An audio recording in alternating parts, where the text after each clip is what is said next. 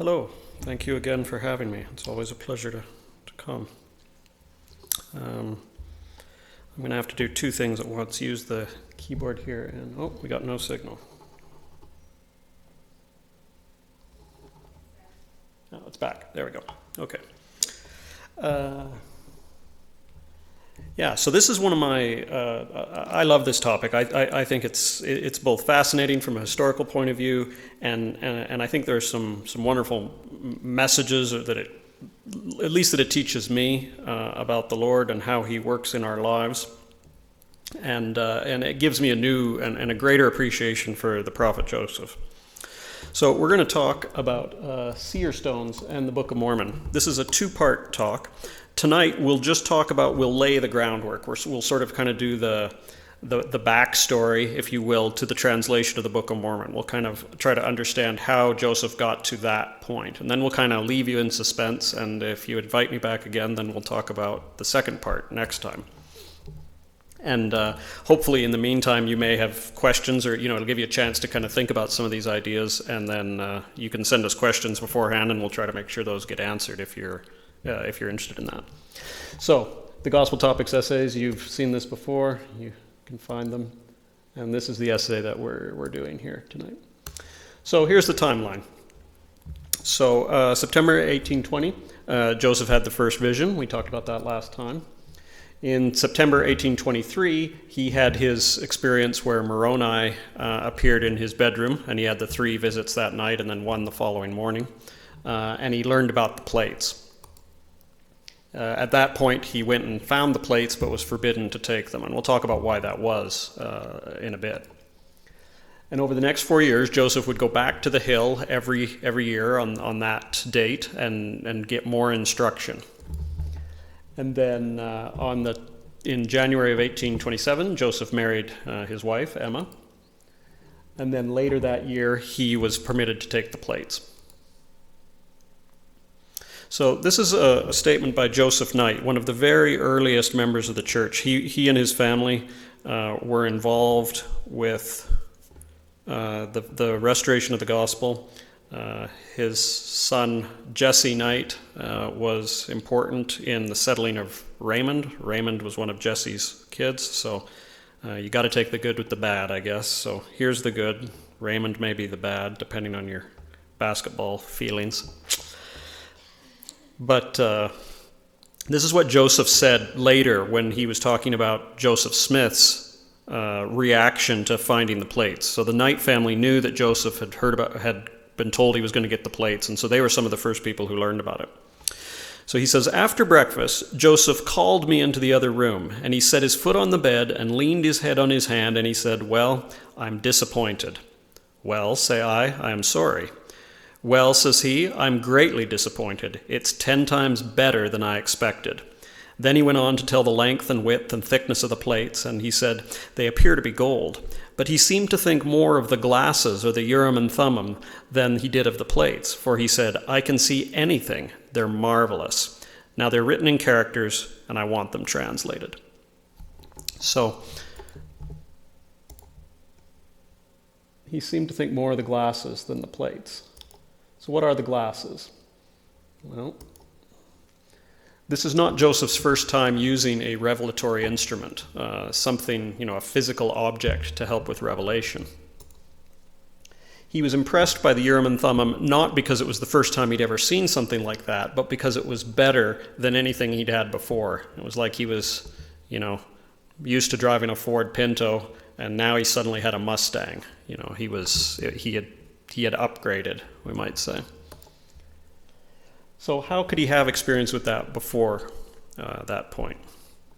Sorry, I don't have this talk in front of me here, so I'm kind of jumping back and forth between screens. I'll count on my family to yell at me if we're out of sync here. So it's important that we realize that this wasn't the first time. Before the restoration of the gospel, Joseph and his family believed that he had what was called the gift of seeing. This is sometimes called folk magic. Folk means the people, especially kind of the common people, the lower classes, the great unwashed, all those kinds of ideas. The high status, the educated, they had their own sorts of magic throughout Western history. If you go back to Queen Elizabeth I's era in England, she had a court astrologer who was also something of a scientist, but he was also a practitioner of what was called Enochian magic. That's John Dee. So John Dee blended the roles in Elizabeth's court of being an astrologer, being a magician, and being a scientist, among other things. So that was the hoity-toity, fancy, educated, highbrow sort of stuff that you would learn out of books, and there would be Greek and Latin incantations and all that sort of thing. Well, there was another kind of what we call quote-unquote magic, and that was what the folk did, what the lower classes did. Joseph did not have books of magic like a high-class magic studier would have.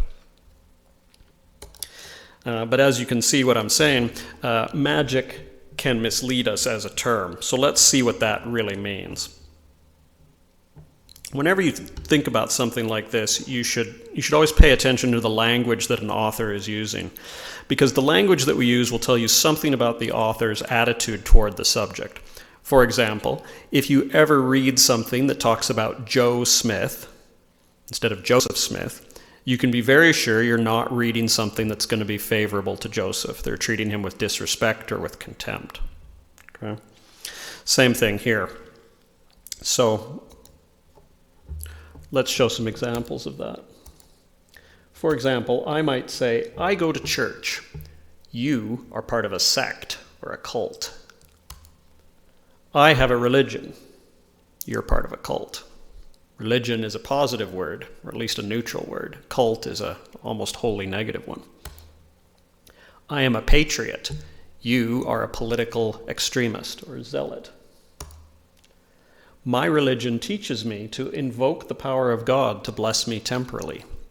You use magic to try to get worldly things. Those are all saying the same thing, essentially. But the way in which we say them reveals something about our attitude, and it will affect how the people listening to us think about what we're saying as well. So in a Western Christian tradition, magic, when you call something magic, that is rarely a compliment. It maybe is occasionally these days if you're into Wicca or something like that, but historically it has certainly not been a compliment. At best, if someone talks about magic, then we either mean they're kind of delusional or that's kind of a little shady. And at worst, we either tie it in with devil worship, or we say this person who claims to be doing magic is trying to deceive or exploit people. And so it's important to realize that when historians talk about folk magic and Joseph being involved with folk magic, that is not intended as a negative term. They don't use the term that way. And in fact, there's been a trend to abandoning the term just because it is so loaded. The water became even more muddied back in the 1980s when a man named Mark Hoffman forged a bunch of documents that he passed off as authentic. These documents situated Joseph very deeply in the practice of folk magic, far more deeply than the real evidence suggests, and really shaded how a lot of people look at this. Even though they were discovered to be forgeries, and Hoffman later admitted that they were forgeries and was jailed for the murder of two people that he worried would expose his forgeries. Even given that, a lot of people have not reevaluated their opinions, it seems, in light of that. There's still books going around that were written during the time when these documents were thought to be authentic, and so you'll still run into this sort of thing, even though a lot of the evidence that it was based on is completely forged. You never let the facts get in the way of a good story. The way they found out their forgeries is that someone looked at the ink in his documents under a microscope, and it had what they called crocodile skinning. The ink, when magnified, looked like little crocodile skin, all like a pattern, like a tile pattern or something like that. And only the documents that Hoffman had sold or had been involved in had that. None of the things that they knew that were genuine, authentic things had it. And Hoffman later admitted that he had been aging the documents and it had given it that appearance. So it's now a standard test for document forgery.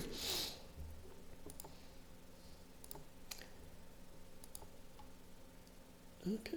So modern scholars of religion have now pretty much come out and said that magic is a fairly useless category because it tells you what I think about it, but it doesn't help you understand the practice or tell you what the people involved in it thought about it. One said, "I see little merit in continuing the use of the term magic in academic discourse. We have better and more precise labels for what had been labeled magic. For any culture I'm familiar with, we can trade places between magical and other generic terms, such as healing, divining, excretive.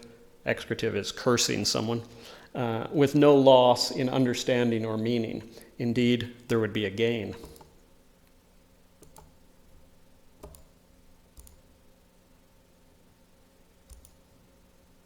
And this is somebody else. "Modern Western terms for magic function primarily as designations for that which we as a society do not accept, and which has overtones of the supernatural or the demonic, but not of the divine.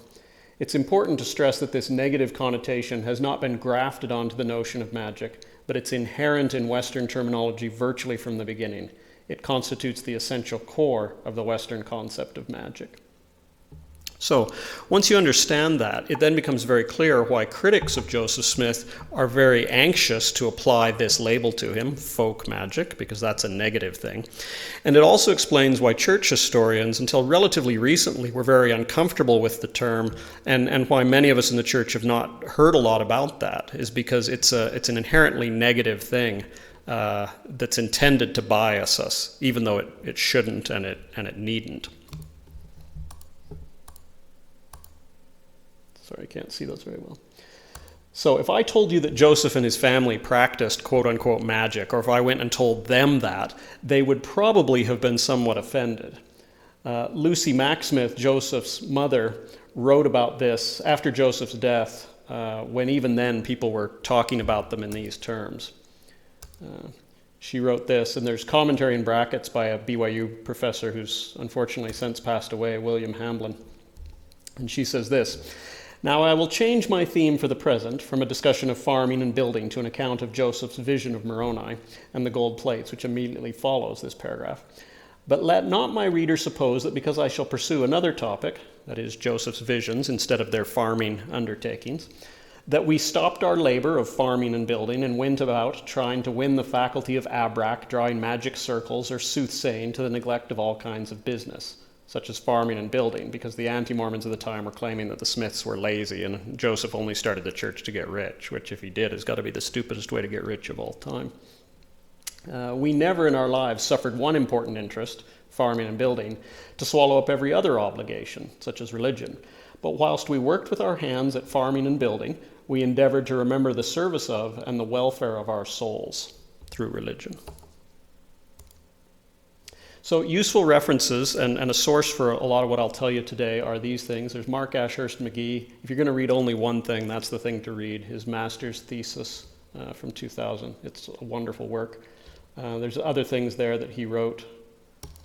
And then there's two other, John Gee and that William Hamblin, like I say, the late William Hamblin, Bill. So what did the Smiths believe about all this stuff, about this divine power, about magic, or whatever, however you want to call it? Well, let's look. Well, they considered Joseph to be a seer. Sorry, the computer's really slow here. I guess I need to click there.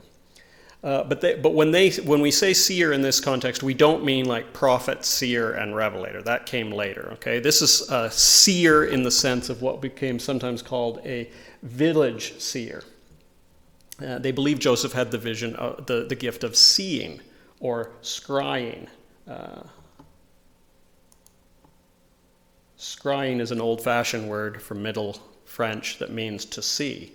And so again, you see that contrast between high-status people who had, Latin and books and all that, and low-status people who would use non-Latin and Greek type words to describe what they were doing. Scrying, or seeing, was usually performed by looking into a mirror, a reflective surface, a candle flame, a stone, a pond, anything that would kind of reflect light back they would use. And there were other methods too. Joseph's preferred method was with seer stones, or as skeptics called them, peep stones. Peeping sounds less sophisticated and less reputable than seeing. So vocabulary plays again. And people with this kind of, I don't know if job's the right word, people who did this sort of thing were not uncommon in Joseph's area and time. They're sometimes called the village seers, and we'll call them that to distinguish them from our prophets, seers and revelators, because that's quite a different concept that comes later. And the seers were generally believed by their neighbors to have the ability to find lost objects, to see things that were hidden, to possibly foretell the future, that sort of thing. And a better term for all this, instead of calling it folk magic, is folk religion. That people didn't believe this or Christianity. They believed both. They saw them as harmonious, just like you might use modern medicine and religion. You believe probably in priesthood blessings, but that doesn't mean that you don't believe that penicillin can cure strep throat. And it was sort of the same thing with Joseph and his neighbors. It was both and, not either or. So prior to his encounter even with Moroni, Joseph had already had experience with several seer stones. And we'll talk about those. We'll show you some pictures. This is Bruce R. McConkie, Mormon Doctrine, very popular book, obviously. Elder McConkie is not known for being a historical or doctrinal radical. He's fairly conservative. And even in here, way back in 1966, he talks about it. He says, in addition to the Nephite interpreters, the prophet also had a seer stone, which was separate and distinct from the Urim and Thummim, and which, speaking loosely, has been called by some a Urim and Thummim. So that's another really important point, which we'll talk about more. People may say, well, why haven't I heard about seer stones? Well, because the early members of the church quite quickly began talking about all such instruments, both the one that Joseph got with the plates and the other seer stones. They began applying the label Urim and Thummim to them. Why did they do that? Well, because those were biblical terms, and they didn't want to be thought of as, rubes or rednecks or low-class people or people who are doing strange and unchristian things. So they picked a label out of the Bible that was sophisticated and, with more dignity to it, you might say. Vocabulary matters. So where did Joseph get these stones? Well, the first stone that he used or encountered was a green stone that was possessed by somebody else who lived locally, a lady named Sally Chase, and she was one of these village seers. She would find things that were lost for people and that kind of thing. And that happened in late 1819 to early 1820. And then the first vision occurred in 1820. So there's an interesting link there that as Joseph begins to discover or to believe that he is able to see things that other people can't, he then has the first vision where he sees something quite dramatic, something that he did not expect. There's even an interesting, one of the accounts of the first vision talk about Joseph describing how he first saw God the Father, and the Father reached out and touched his eyes, and when he touched his eyes, then Joseph could see the Savior. So again, you have this divine element in there where God, I don't know that he said anything, but you can certainly, if you were Joseph, see how you'd go, wow, God touched my eyes and he's made me a seer. He's given me this ability. So Joseph used his neighbor's stone to find his own seer stone. He looked in or on, or he did this scrying, this looking, and he saw the location of another seer stone, which he went and got for himself. So there's a progression here. He borrows the stone so he can see. That's weird. Which proceeds to seeing the Father and the Son. And then the Father touches his eyes, presumably giving him an ability to see that he didn't have before, or magnifying that ability. And then he finds his own stone that he can see with. Orson Pratt would later say that Joseph became acquainted with the spirit of revelation through using the Urim, or the seer stone.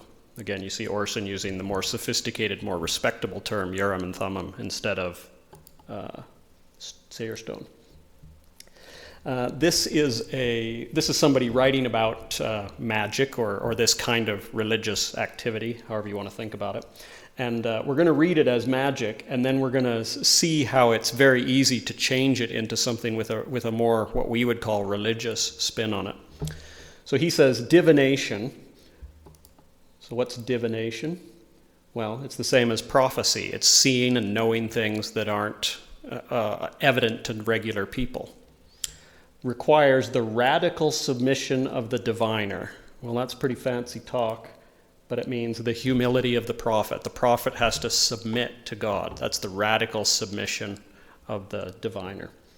To the transcendental sources of truth. Well, what's a transcendental source of truth? Well, God would be the chief one, spirits, all that kind of thing. But God would be the greatest transcendental source of truth. Before their lives can be transformed and set straight, before they can be reincorporated harmoniously into the world. In short, divinatory rites follow the pattern of, or in other words, preparing to be a prophet is a type of rite of passage. Then, having learned in the court of the right to offer up to the divine all egocentric resistance. Wow, you can tell this is academic, can't you? What's offer up to the divine all egocentric resistance? That's to submit your will to God. The prophet ends the session reoriented on the world. And, sorry, let's just go back. I clicked too soon. Reoriented onto the world and able to take positive and confident action in it. So you can describe the same experience, the same kinds of things in the two different languages, and we're really talking about the same experience. We're talking about someone who is learning a truth from a supernatural source or from a non-mortal source that has to be purified and prepared in order to do it. So you can think of that in the magical terms that the original's in, or you can think about it in the religious terms that we talked about it. It's the same experience. The same thing happened with Isaiah, if you want a biblical example of this prophet. So this is Isaiah 6, I think, where he's called as a prophet. And he's in the temple, so he's in there, before the Lord, so to speak, and then he gets called as a prophet. And Isaiah's reaction to that is to say, "Woe is me, I'm undone, because I'm a man of unclean lips, and I dwell in the midst of a people of unclean lips. My eyes have seen the King, the Lord of hosts." So he says, I'm not pure, I'm not worthy, I'm not able to do this, I'm not able to bring this message to people because I'm unholy. And what does the Lord do? Well, he takes one of the angels, or the seraphim, unto me, having a live coal in his hand, which he took off the altar, and he laid it upon my mouth, and he said, "Lo, this has touched thy lips, and thine iniquity is taken away, thy sin is purged." So we would describe that in the church as, the atonement comes into his life, the grace of God, the mercy of God comes to him and forgives him of his sins. Well, someone who's talking in magical terms could talk about how he's just undergone a purification rite so that he can be worthy to be the diviner or the prophet. See the same thing in Enoch in the Pearl of Great Price. There's some interesting parallels here to Joseph Smith's experience. If you look at verse 35, the Lord said, so Enoch said, I don't think I can do this, I'm too young, I'm too inexperienced.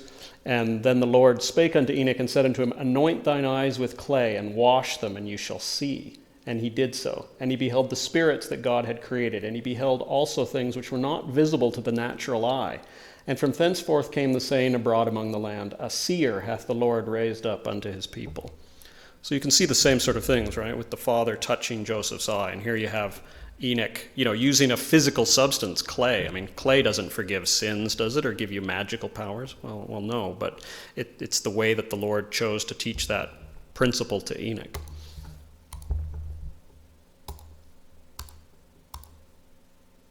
Sorry, I got to change the color on those fonts.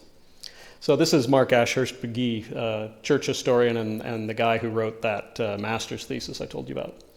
He said, as Joseph had claimed that Jesus told him all current churches were false, he posed a threat to the clergy. So by denouncing Joseph's treasure seeking, we'll talk about that, one of the things Joseph started using the seer stone for was to find buried treasure. And so because Joseph was, at odds with the the priests or the ministers of his area, this was a good way to discredit him, right? He wasn't getting revelation from God. They could say he's using magic to try to get rich. It's a good way to discredit somebody. So, back to the stones. To review, he used his neighbor's greenstone, and all he could ever see in that stone was a small stone about a mile away that burned like the sun in his eyes. So he saw his own stone, and Brigham Young later described it as Joseph had told him the story, and went right to the spot and dug and found it. This stone was dark brown, oval in shape, and he ultimately gave this stone to Oliver Cowdery, telling him that he, Joseph, didn't need it anymore because he was so familiar with the spirit of revelation that he no longer needed the help of the stone. And Oliver ultimately gave it to Phineas Young, who was Brigham Young's brother and Oliver's brother-in-law, I believe. And after that, it passed to the church. And I think we have a picture here, if you want to see what it looked like. Maybe. Oh, there we go. So that's it there. Oops. Sorry, this is a really slow computer we're dealing with. We need President Wild's hotshot one. There we go. So slightly smaller than a hen's egg is how it was described. You can see the scale there in centimeters. So you can see how the light glints off it, right? And that would have been the sort of thing that a seer would have wanted, because you want that reflective surface. You kind of focus your eyes on the reflection, be it a mirror or a body of water or something like this. And then there it is with a little pouch that Emma made for Joseph to carry it in. And again, people sometimes say, well, wow, I've never heard about this before. And that's understandable, but it hasn't been hidden. Here's something. To help him with the translation, Joseph found with the gold plates a curious instrument which the ancients called the Urim and Thummim, which consisted of two transparent stones set in a rim of a bow. Joseph also used an egg-shaped brown rock for translating, which is called a seer stone. So where was this hidden? What journal, what big historical journal that you should have been reading? Well, this was actually the Children's Friend from 1974. So they're not trying too hard to hide it if they're printing it in the Friend. There are other uses that we'll see later. So what could Joseph do with the brown stone, or what did he believe he could do anyway, or what did others believe he could do? He was sought out by a Mr. Vanderhoof to find a mare that had been stolen from the stable, and he did so successfully. He used it in the search for buried riches, as we talked about, and we'll talk about it again in a minute. Oh, we'll talk about it right now, I guess. The most famous of those attempts was one with Josiah Stowell, who was a local farmer. And it was at this period that he met and was to court and marry Emma Hale. And Joseph discussed this period in his personal history. In the month of October, I hired with an old gentleman by the name of Josiah Stoll, who lived in Chenango County, state of New York. He'd heard something of a silver mine having been opened by the Spaniards in Harmony, Susquehanna County, state of Pennsylvania, and had, previous to my hiring to him, been digging in order, if possible, to discover the mine. And after I went to live with him, he took me, with the rest of his hands, to dig for the silver mine, at which I continued to work for nearly a month without success in our undertaking, and finally I prevailed with the old gentleman to cease digging after it. Hence arose the very prevalent story of my having been a money digger. So he did do this, but it wasn't as often or as much as later people tried to make it appear, probably. There were other episodes besides this one, but... And what's interesting about this case is that Stowell's son was upset that his father, Josiah Stowell, had hired Joseph to do this, and so his son sued Joseph, charged him with fraud of being a fake. This eventually went to a legal hearing. It wasn't a trial, but it was kind of a preliminary hearing to see if there was enough evidence to presumably go to trial. And Josiah Stowell, I think probably some of what hurt his son's case was that the person who was supposedly defrauded, Josiah Stowell, went up and testified in Joseph's behalf. So any lawyer will tell you that's not a good start. He described how Joseph looked through a stone and described Josiah Stowell's house and outhouses while in Palmyra at Stimson Styles correctly. So Mr. Stowell, he was nobody's fool. He had heard about Joseph being able to do this, so he went and asked him for a demonstration. And from quite a ways away, Joseph was able to describe what Mr. Stowell's farm and outbuildings looked like. Now, I guess you could say, well, Joseph had probably been there, but why would he have? And in any case, it was enough to convince Mr. Stowell. It was impressive. So if he was impressed, presumably he's not super gullible, because here he is trying to put Joseph to the test, and Joseph passes. So that's why he hires him. And of Joseph's seeing ability, he was asked, do you believe he has, the lawyer asked him, do you believe he has the power? And the man said, do I believe it? No, which probably looked bad for Joseph for a minute. It's not a matter of belief. I positively know it to be true. So Stowell was convinced to the point of knowledge that Joseph could do what he claimed. And Stowell ended up joining the church in 1830. He was one of the earliest members, and he died in the faith in 1844. And the court had heard that Joseph occasionally was in the habit of looking through the stone to find lost property for about 3 years. What could the stone not do? This is one of my favorite church history stories for a few reasons, but I'm just going to sit here and read this to you.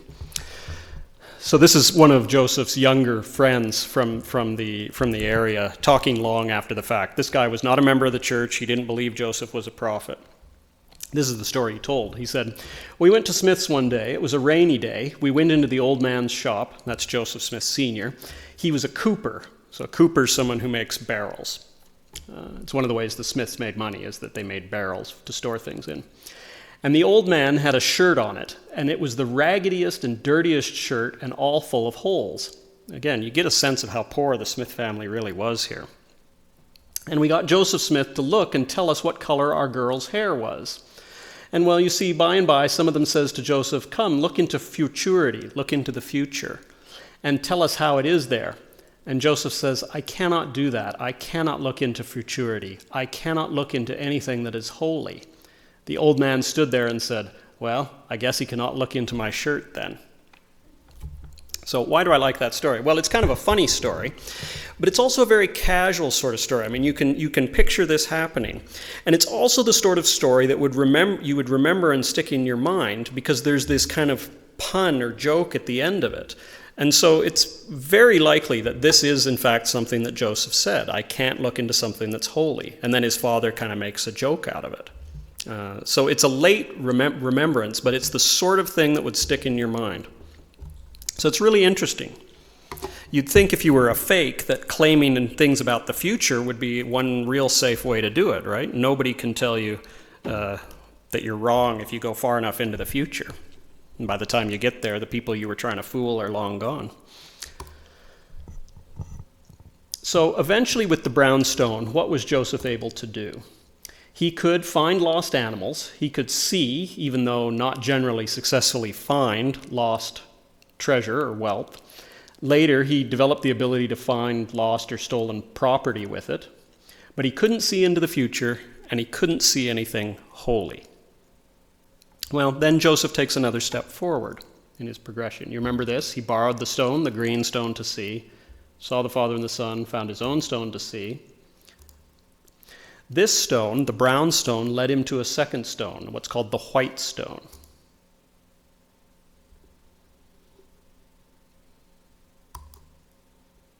So this is his second white seer stone.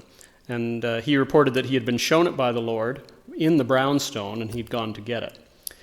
It was located 40 feet down below the ground, right in somebody's front garden. This is another one of my favorite church history stories. So to disguise finding it, Joseph got himself hired to dig them a well. That'd be really convenient, wouldn't it, having a well in your front yard? So he knew where this was, and he got himself hired and then dug down until they found it. He kept the stone throughout his life, and it passed to the first presidency ultimately. There are no photos of it that I know of, but you'll see a painting of it in a sec. Willard Chase, he's the brother of Sally Chase. She was the woman with the green stone, the village seer, so there's a family connection here. He was helping dig the well, and he had hired Joseph to dig the well, and he was jealous of the stone and insisted that his story varied depending on what time he told it. Sometimes he claimed that he had found the stone, or that Joseph had found it and kept it, and he shouldn't have been allowed to keep it because it was on Chase's property, and so Joseph should have given it to him because he owned the land. The story changed. At some points, he insists that, oh, it wasn't valuable, I just wanted it as a curiosity. But he was really pretty cheesed he didn't get it. He claimed that, anyway, we did that. And he also at one point said, well, I agreed to lend it to Joseph, but he wasn't supposed to keep it. So the story was pretty hazy. So it's always possible, people have wondered, well, his sister is Sally. Does she want the stone, or does he want to give it to her? Well, why does anybody care? Why is there this dispute about a seer stone? Why do you care if you've got a green stone or a brown stone or a white stone? What does it matter? Here's a picture of the stone. And when you see that compared to the brown one, you have to put yourself into the mindset of these people. And you have to say, okay, well, what is it about that stone that might be more appealing than the brown stone? Well, if you're looking at reflection, maybe it's more useful. Sorry, let's just go back again. So it might be more reflective. But think about how these people thought about things. What was the perfect shape? Well, the perfect shape was a circle, right? It was eternal. It went on forever. It was the same distance from a center point. That's how you draw a circle, is you take a string of a fixed line, you fix one end of the line, and then you draw like that. So the more circular something was, the more perfect it was, or the more powerful. Also, we probably don't have trouble understanding that white or clear could be associated with purity or with power. So again, this is an upgrade for Joseph. Joseph has gone from the brown stone up to a much more circular. It's not entirely circular, but it's more so than the brown stone. And it's white. And then, to jump ahead in the story a bit, you remember he will eventually get the Urim and Thummim that are clear stones, so even more powerful in this way of looking at the world. Here's Martin Harris, where he talks about Joseph using the stone. He said, I was at the house of his father in Manchester, 2 miles south of Palmyra village, and I was picking my teeth with a pin. And the pin caught in my teeth, dropped from my fingers into the shavings and the straw. You get the sense this might have been the same Cooper's area, the building where Joseph Sr. made barrels. I jumped from the bars and looked for it. Joseph and Northrop Sweet also did the same. We couldn't find it. Then I took Joseph on surprise, and I said to him, take your stone. I had never seen it, and I didn't know that he had it. He had it in his pocket. He took it and placed it in his hat, the old white hat, and placed his face in his hat. I watched him closely to see that he didn't look to one side.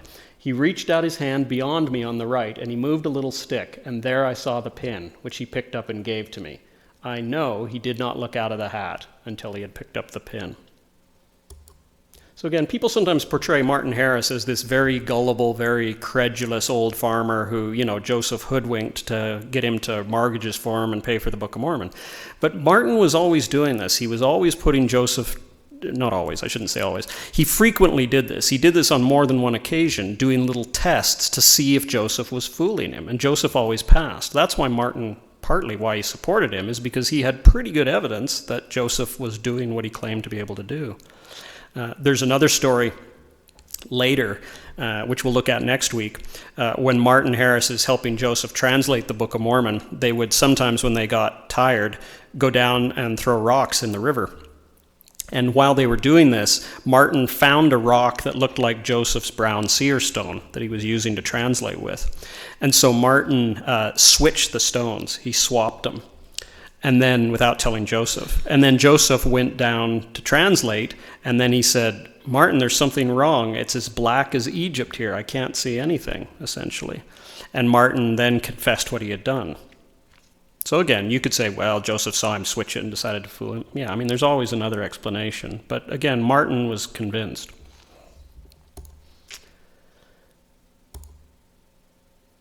So once Joseph had the white stone, he began to do other things with it that he couldn't do with the brown stone. He began to give what were called blessings and prophecies.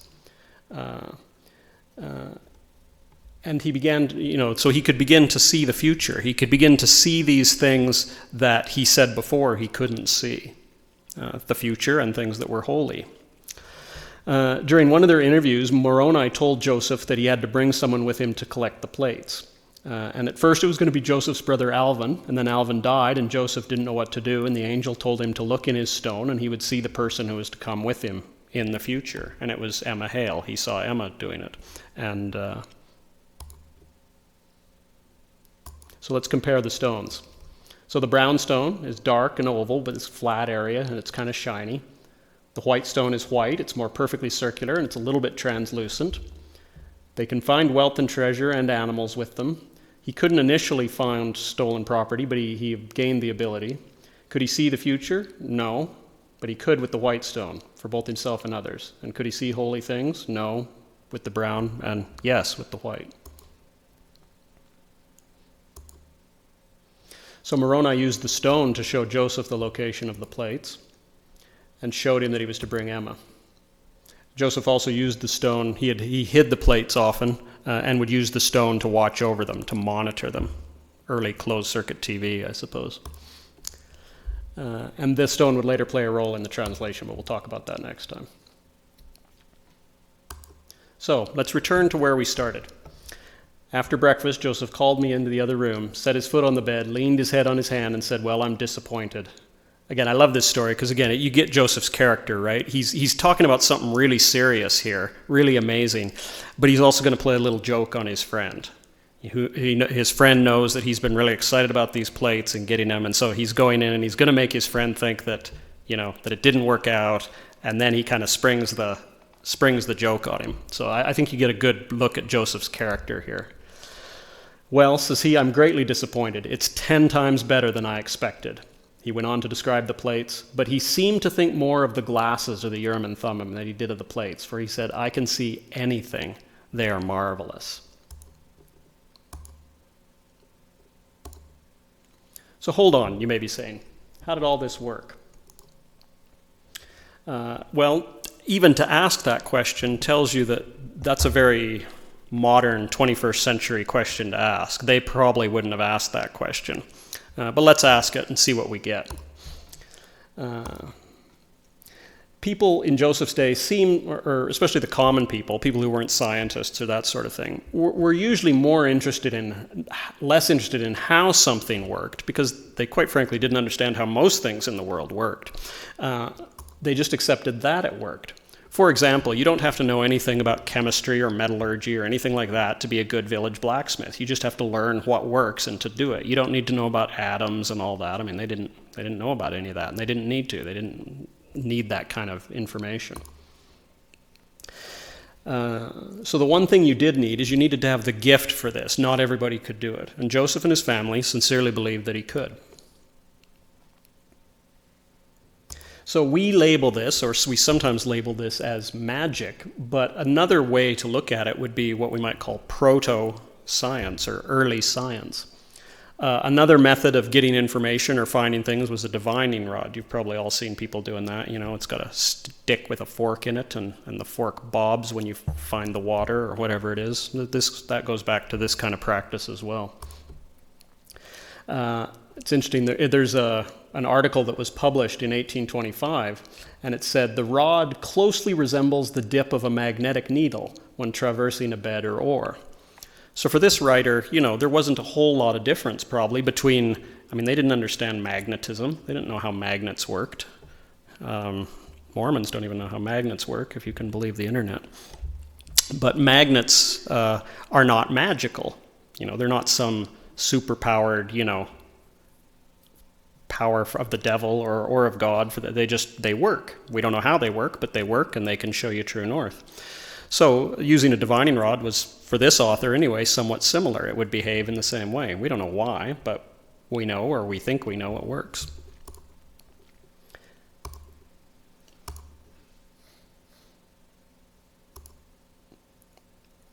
Mark Askershgi, this is going back to 1857, so this is well after people are in Utah, but this is an older person, says, "I had the knowledge of the science of seer stones, and I was somewhat gifted in knowing one when I saw it."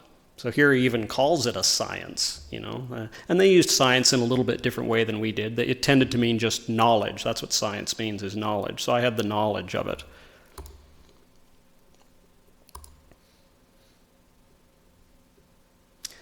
In the American Journal of Science and the Arts, it said, "The divining rod is influenced by ore."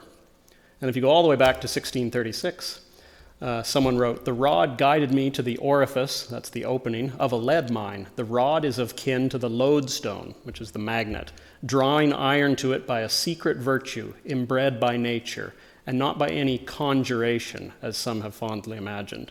So this person here is saying, divining rods aren't magic. They're just nature. They're just what we would call science. We don't know how it works. It's got some secret virtue, but it works. And really, if you were trying to find a lead mine, you wouldn't care how it works. You'd just care that you found the mine. Sorry, this computer. I did test all this. So he had lots of successes. We talked about finding the stone, digging wells, seeing Mr. Stoll's homestead, finding the pin, a vision of a judge's lost wallet. That's a fun story too. The judge had been riding his horse. Judges tended to, they rode the circuit, it was called. So you'd ride from little town to little town, and they'd store up any legal cases so you could do them, and then you'd go on to the next town. Well, the judge was riding his horse and got to the area Joseph was in and found that he'd lost his wallet. And he heard that Joseph could find things, so he asked Joseph to look, and Joseph told him where it was. It was by a stone next to a stream that the horse had presumably jumped over, and the judge went and found it. He also found, there's stories told him about a feather that was hidden, something that looked like ore, salt, wheat from a wagon. There's a case of him reading a book without being able to see it. Someone having the book and Joseph reading off the page, which again was probably significant for later translating the Book of Mormon, because it's the same kind of activity. So why would did I skip one? There's one more. Not our day. One more time. I don't know how the computer works, I just know it does. And he described the money that someone had lost 15 years earlier. And again, the majority of these stories are told by people who aren't members of the church. They're people in Joseph's area remembering later, which is interesting. So, now the question, and probably the key question, the question that most members of the church ask themselves is, why would the Lord work this way? Well, I'm not going to presume to tell you why the Lord does things the way he does. I'm going to give you some ideas to think about, but this isn't necessarily why. But I think it's perhaps one of the reasons. There are two separate questions that you have to think about with Joseph Smith in this context. Why should his neighbors and acquaintances believe that he was a prophet and could translate ancient records? Why on earth should anyone even give that the least second's hesitation of, why would you even start to believe that? He had no education.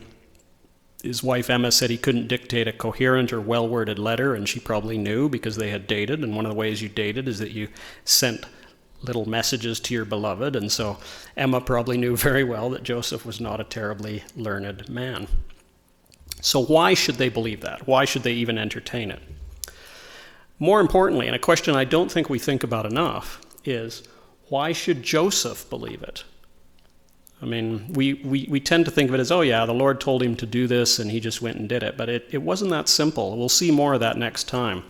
But why should Joseph, the thing that would worry me if I had these kind of experiences is I might start to say to myself, am I crazy? Am I beginning to lose my mind? Why am I having these experiences? So for other people, it was clear to them that Joseph had some type of ability or perception that went beyond the typical. If Joseph could find a pin for Martin Harris, or he could see Stoll's outbuildings from miles away, or if he could read a book without it being open in front of him, then it's not quite as implausible to think that he could read another book and translate it.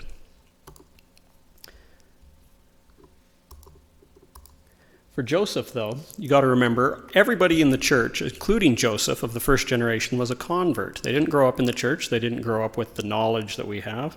And they learned gradually, even once the church was restored. And so they all came in with their own religious ideas and their own ideas about the world. And you can see Joseph through this process, as I've tried to trace out for you, you can see Joseph kind of stretching himself, growing, becoming more capable. He starts out with what we might call really telestial, worldly things, looking for buried treasure, finding an object that's lost. Those might be good things or useful things, but they're very worldly, very telestial. And remember, he says, I can't look into the future and I can't look into things that are holy. But he gets a better stone, a stronger stone, a stone that's, the white stone that's partly translucent, that's more circular. And with that stone, he's able to do more. He does what we might call terrestrial things, kind of the next level up. He can find lost objects, things that used to belong to you but don't, that you've mislaid. And he could see into the future. He could see people's spouses or that kind of thing. And then he ultimately got the Urim and Thummim, the Nephite stones, which were marvelous, that he could see anything with them. Finally then, Moroni and the Lord, there we go, sorry. So the stone led him to buried plates, which was a buried treasure. And remember, he tells the story, he's very frank about it in the book. As soon as he sees the plates, what's the first thing he thinks? The first thing he thinks is, wow, look at all that gold. If I sold those, my family's money worries would be over. And then he goes to take the plates and he finds they're not there. They're back in the hole. And so he tries this a few times and it doesn't work. And he finally cries out, why can't I get the record? And then Moroni appears and says, because you haven't kept the commandments of the Lord. So Moroni is trying to kind of wean or urge Joseph along, right? He starts out using the stone for his own benefit, you might say, or at least for the benefit of people around him, finding lost things, finding money, etc. And now Joseph has found a buried treasure, all right, but it's not the kind of treasure that he's used to looking for. It's a spiritual treasure. It's a testimony of Jesus Christ. And so he's got to get his head around this. He's got to start to train himself, to train his way of thinking, so that he no longer looks at these gifts, these abilities, in the same way. The year before he's allowed to get the plates, Moroni tells him, come back in a year, but if you're not ready, then the Lord will pick someone else and you won't have the gift of seeing anymore. So there's a bit of a deadline here. Joseph is expected to move along.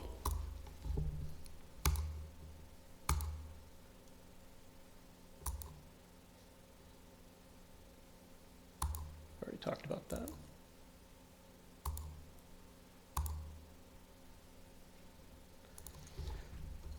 So Joseph began the whole process with an understanding or a belief or a conviction that he could see things and perceive things that not everybody could.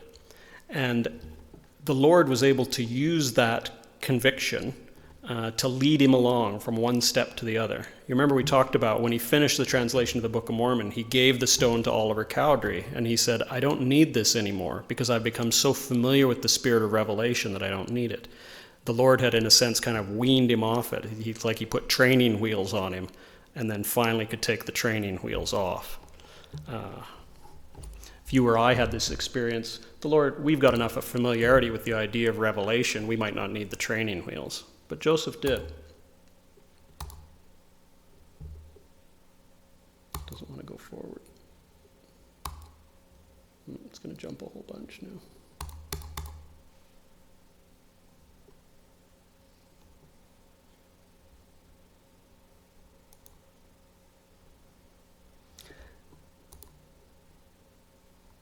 Sorry.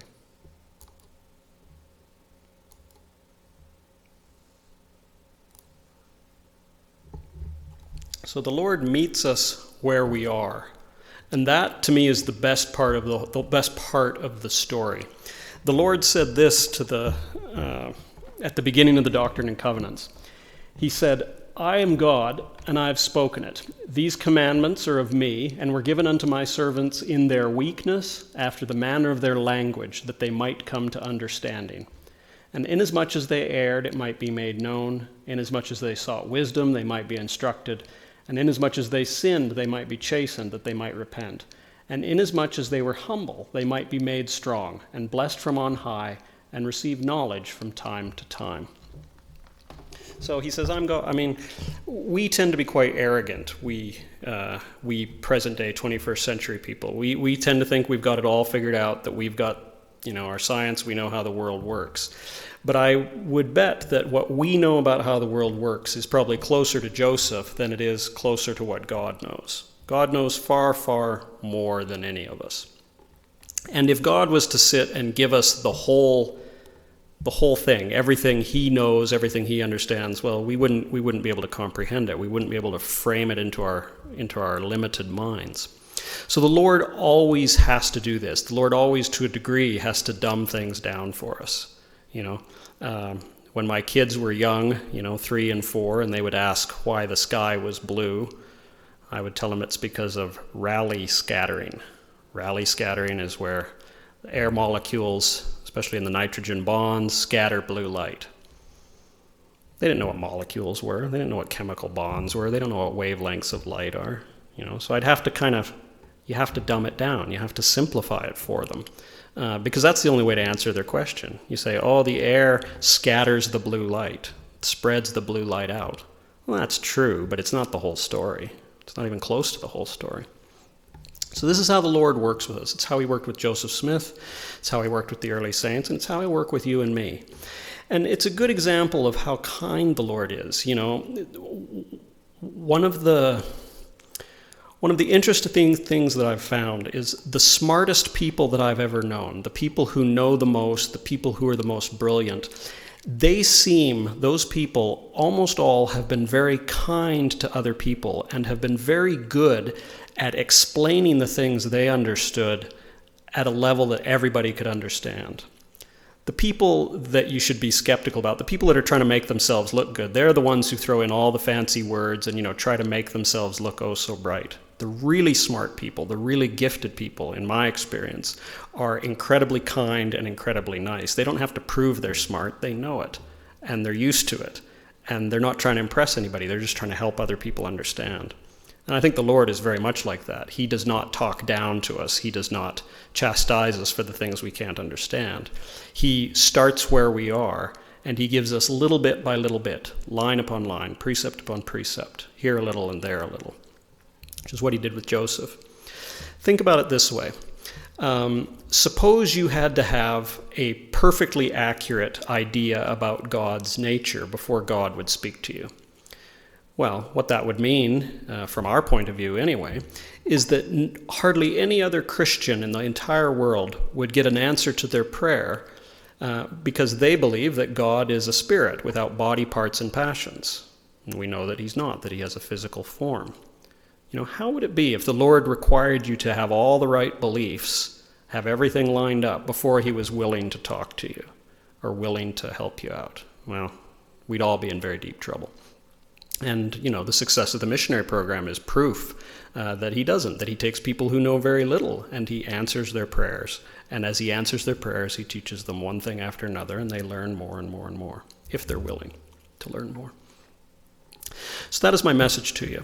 That's true of church history. It's true of doctrinal things that might trouble you. It's true of all sorts of things. We can never grasp all the truth. We can never get all the answers God has to give us, but he always has more to give us if we are humble, if we will act on the truth that we do know, if we will learn the lessons that he's trying to teach us. And he'll eventually wean us away from the things that aren't true, and he'll ease us into the things that are, just like he did to Joseph Smith. I leave you that in the name of Jesus Christ. Amen.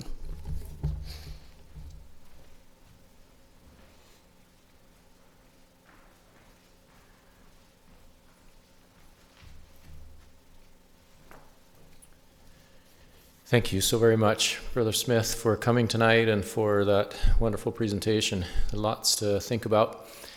What we'll do is, as far as closing the meeting, is we'll leave it to you and your family home evening groups, wherever you are, to have a discussion and close your own family home evening. And again, we thank you, Brother Smith, for your time and for your energy and for all the things that you've done for us as a stake. Just as a side note, as we close, we're recording all of the presentations this year. We didn't last year, but we're recording all of them this year.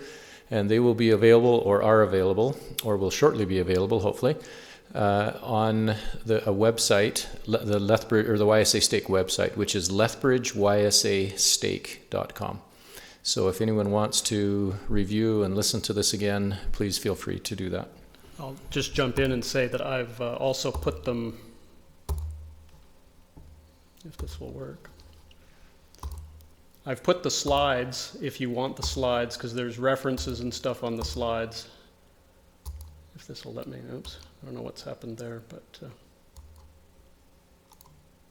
the link is there. I don't know if you can read it. It's tinyurl.com, that's tinyurl.com/gospel topics.